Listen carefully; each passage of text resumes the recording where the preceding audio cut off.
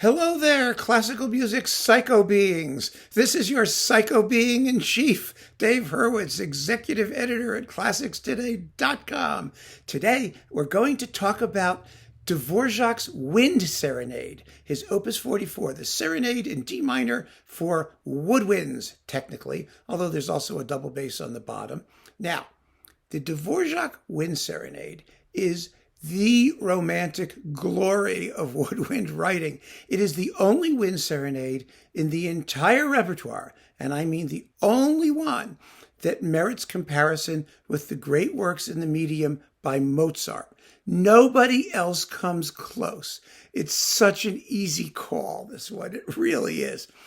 Everybody loves it. Everybody. I mean, Mahler, who conducted it in Vienna, he said, there's more music in that piece than there is in a dozen symphonies. And he's right. It's only 25 minutes long, but every single note is a jewel of melodic beauty and euphony and textural delight. It's wonderful. It's absolutely wonderful. And it really has had very few poor recordings because woodwind soloists are soloists.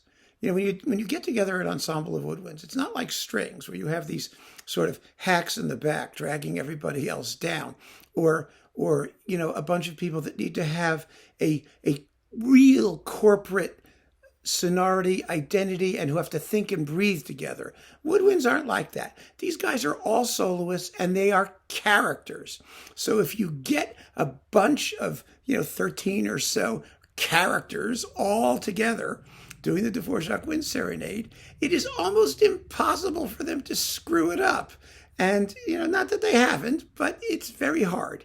Usually it's going to be great. Now, this talk is a little bit unusual because, as you can see, I am here in the overflow room, and I decided that what I would do, just for fun to see what happens is go through the Dvorak area, which is it's right over there, and just grab whichever ones were there. Just go through it and see how many I had and which ones they were. And if I had enough good ones, I would do the talk. If I didn't, I would have to wait and go back to Brooklyn and then jam everything together and to get a sensible ensemble, a multiplicity of versions, and then do the talk then. But because I'm obsessive compulsive and definitely the psycho to end all psychos when it comes to this stuff, my favorite ones I had duplicated. They were here too. And so I can do the talk and mention a bunch of others that were sort of incidentally hanging out along the way. So let's start with a really boring one, shall we? Here we have, this is on Chandos. This is Christopher Warren Green with the Philharmonia Orchestra. I mean, this is back in the days when I think like 70s or 80s, like neo-Beatles haircuts were in phase or in vogue. Look at that. I mean, it kind of looks like, what was his name from the Partridge Family? It was David Cassidy, right? I mean, have you seen him now? Or I think he's dead. I don't know. Anyway, Christopher Warren Green, there he is. Boring, dull, slow, heavy. It's very interesting because most recordings of this piece, in fact, virtually all of them, take exactly the same amount of time. I mean, about 24 minutes, 24 minutes. The differences are all in the character of the playing. And actually, on this disc, the Wind Serenade is not that bad. I mean, it's the Philharmonia. They're wonderful wind section. But it's a little bit just on the straight and dull side. And he's a string player, and he does the string serenade. And boy, is that boring. Anyway, so that goes into the coaster pile. Yay! I'm just telling you. And did you know, this also kind of, talk about, how many of these things can we keep in mind? Did you know that Hogwood did them? Both of them. The String Serenade and the Serenade for Winds. This is with the London Philharmonic. His String Serenade is even duller than Warren Green's. It's a little bit slower. But the Wind Serenade, again, you got those soloists. They're all being solo-y. It's pretty good. It's pretty good, but we don't need it. It does have Antal Dorati's version of the American Suite, which you can get coupled in various ways. Most popularly with the Kondratian New World Symphony. So there's no reason to get this one, which goes also into the coaster pile. Oh, now things are improving slightly. We have this version of the two serenades with the St. Paul Chamber Orchestra under Hugh Wolf, my former Glee Club conductor at Johns Hopkins University. That was Hugh, and he's gone on to have quite the career. And this is a nice performance. It's good, it's decent, it's well played, it's what you might expect. Here's the thing. When you look at these ones that have the string and the wind serenades coupled, you want both of them to be fabulous, or at least similar. But usually the wind serenade's pretty good, and the string serenade is not as good. And the reason I think is because, I told you, because wind players are solo characters, but also because they're solo characters, the wind serenade really doesn't need a conductor in that sense, to bring it to life. The string serenade does. It really does. But Hugh is a very good conductor. Hugh Wolf is an excellent conductor. It's a very nice performance. It's on Teldec. It's probably out of print. So that's going over there too. Oh, speaking of out of print, it's so much fun going through this stuff and looking at all these things and remembering what used to exist, All right. This is an interesting one because the coupling isn't the same as all the others. It's on Harmonia Mundi, their Musique d'Abord with the Ensemble Walter Boeykens. Walter Boeykens is a clarinetist. And you've got the Wind Serenade and Janáček's Concertino and his sextet, Mladý, Youth. And this is a lovely disc. I enjoyed this very much when it came out. Then I stuck it in the overflow pile and have not heard it since. But I remember it quite favorably. That is not a coaster. Goes into the keeper pile, I think. And all the rest of these, 1, 2, 3, 4, 5, 6, 7 of them are keepers. They're all keepers. They really are. Okay, now, Orpheus Chamber Orchestra on Deutsche Grammophon. We desperately need an Orpheus box. We desperately do. Some of you have mentioned that in your incredibly astute comments in the comments section. Universal needs to do an Orpheus box. A big, fat, totally inclusive Orpheus box. Are you listening? Hey, guys. These are beautiful. They're absolutely beautiful. The nicest thing about it, even though they don't have a conductor, is that in the string serenade, they play it rather swiftly, which is only improves its character when done by a chamber ensemble like this. They don't schmooze about. It's exciting and well contrasted and rhythmically peppy. And of course, the Wind Serenade sounds like the Wind Serenade. It's absolutely marvelous. Because the music is unkillable. It's so great. Oh my God, it's so great. I remember when I first discovered it, and I thought to myself, what is a serenade for winds? I knew Mozart, I knew like the Grand Partita and that stuff, which I adore. Mozart's wind music is just the best. It's fantastic. But, you're thinking, you're not expecting anything out of a wind serenade. It's usually, you think it's just going to be charming and nice and light and pleasant, and you're not expecting something on Mozart's level. Well, what a shocker that was, right? And the version I heard was this one, Istvan Kertész with the London Symphony Orchestra, London Symphony Winds. This is coupled to his Vienna New World Symphony. But now it's all in the big Kertész Dvořák box. So you can get it that way as well. This was a Japanese Decca, which you can tell from the back. See all the little Japanese things all over it. So, these were wonderful performances. Kertész's Dvořák was characterized, his London versions, by the wonderful, prominent wind playing of the London Symphony. Kertész, I guess, liked the wind parts. The recording favored the winds. There are moments in those symphonies when I wish all I heard were the winds. And so now, with the Wind Serenade, you can just hear the winds. And what could be more fun than that? Now, here's a real sleeper, but it's one that you absolutely have to hear. This is a Sony Essential Classics disc. It gives you the Mozart C minor Serenade with the LA Philharmonic winds under Pinchas Zuckerman, and then Beethoven's Octet for winds and the Dvorak Serenade. And both of these are, one is with the Marlborough Festival Octet, the other is the Marlborough Festival Woodwind Ensemble. The conductor is Louis Moise, M-O, you know him, M-O-Y-S-E, Moise. He was a genius wind guy. He really was.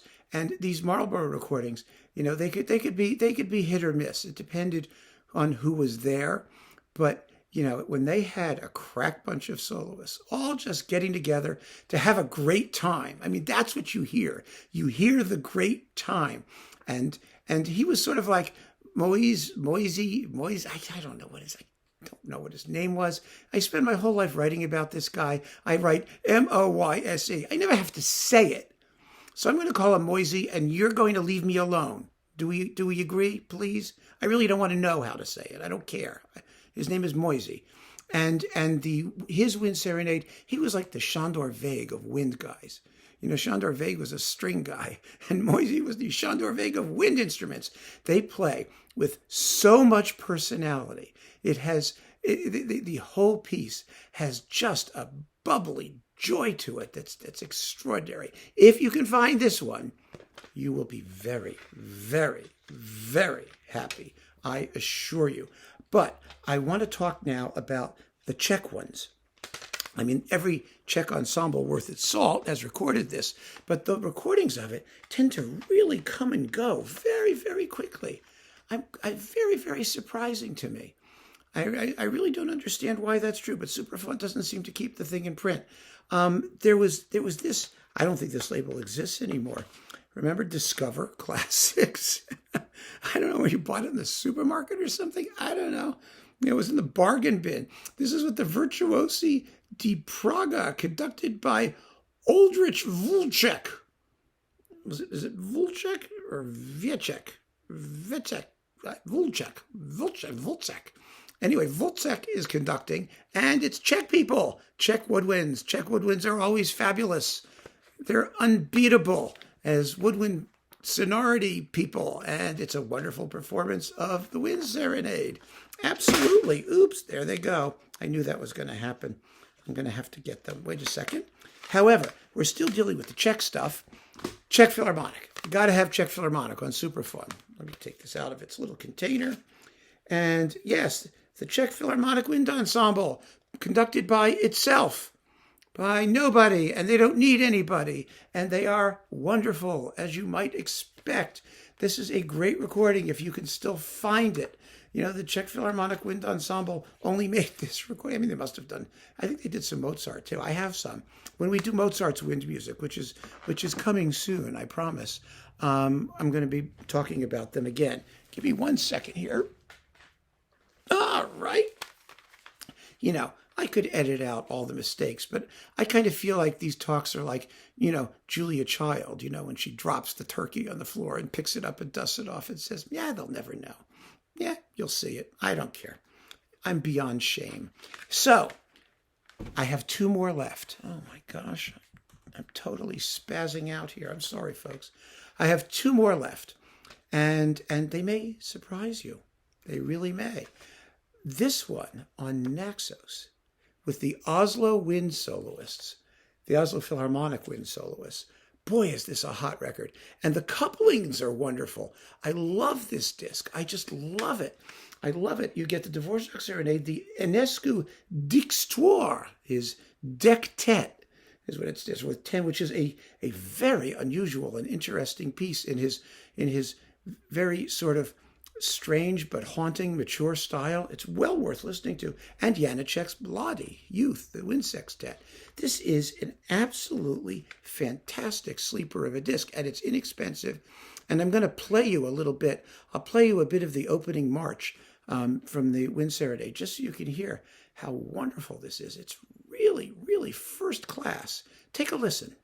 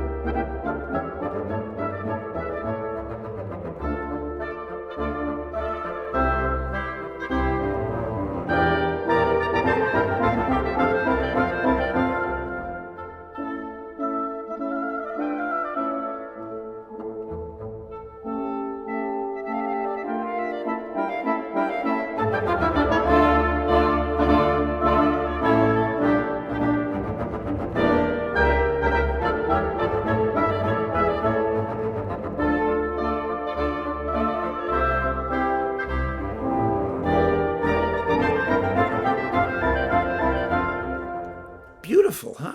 These guys are crack players. And once again, you've got to have the character. You have to have that wonderful sort of fruity tone and perkiness and rhythmic snap and, all of those things that are, it just depends on the mood of everybody on the day. It's funny, isn't it? I mean, but that's how it works out with this piece. When everybody's together, they're great because, the caliber of our wind players these days is so high. They're such good players. There's no reason why they can't do a great serenade. However, are you ready for the best, the most wonderful Dvorak wind serenade? The one that I recommend above all others, the reference version. And this one may shock you. It really may. You ready? You sure? Here we go. Mariner, Neville Mariner, with the Academy of St. Martin in the Fields, coupled with the string serenade. Now, of course, he did the string serenade about 150 times, which is a good thing because he really knows it. He really, really knows it. And by the time he did this Phillips recording, he really, really knew it. But the wind serenade, this came as a total shock to me. This is like the best thing Mariner ever did. I'm not kidding. It's a performance that is perfect. It has exactly the right sound. The players are idiomatic to a T. They're showing off their virtuoso bona fides like there's no tomorrow. And the recording is gorgeous. The contrabassoon and double bass, I think they use both.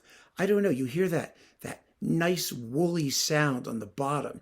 Da da da da da da da ba ba da ba ba ba ba ba ba ba ba. Oh, it's great. It's just great. The playing time isn't all that long. It was an early digital recording, but wow, one of those moments when everything went just right.